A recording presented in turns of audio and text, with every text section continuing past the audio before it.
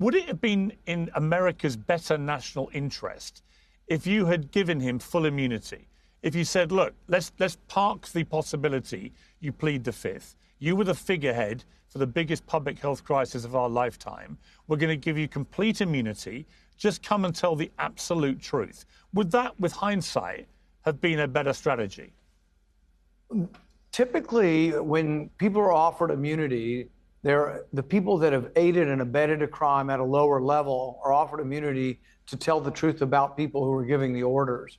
So I think in this case, there are some people that should be offered immunity, or could be. David Morenz was prolific about how he could transfer records. He was a 20-year assistant to Anthony Fauci, a confidant, involved in a lot of the top echelon works.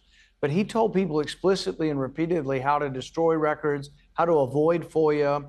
He said the FOIA lady told him that if you replaced the S in people's names with dollar signs, that you could foil the FOIA request because it is a literal request. It won't pull up misspellings. So he did all of this to evade. He said, if there are messages you need to get to Tony, I can take these messages.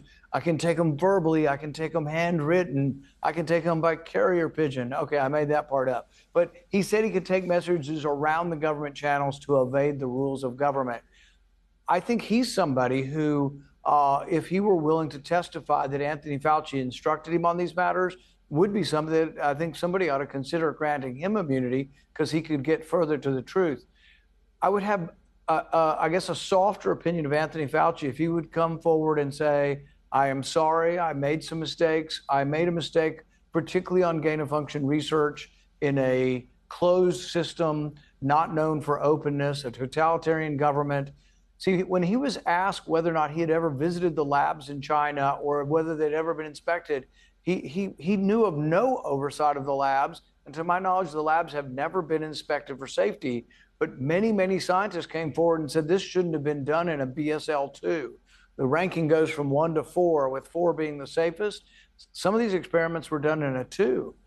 And he knew they were going on. From his diary in January of 2020, he says, we know they're doing gain-of-function research. My scientists say the virus looks manipulated. All of this is adding up to a really scary situation where we think this has been pre-adapted for humans. But then to the public, he said nothing to see here. Privately, he said, it doesn't look like it came from the wet market. The earliest sick people had no association with the wet market. He knew this in January of 2020, but he was on at least 24 national programs saying, it's the wet market, it's the wet market. We have a video compilation of how many times he said it was the wet market. So that level of dishonesty doesn't deserve a reward. It deserves the truth. I don't think he's capable of telling the truth, but I think if you offered immunity to some of the people who worked for him, you might get closer to the truth.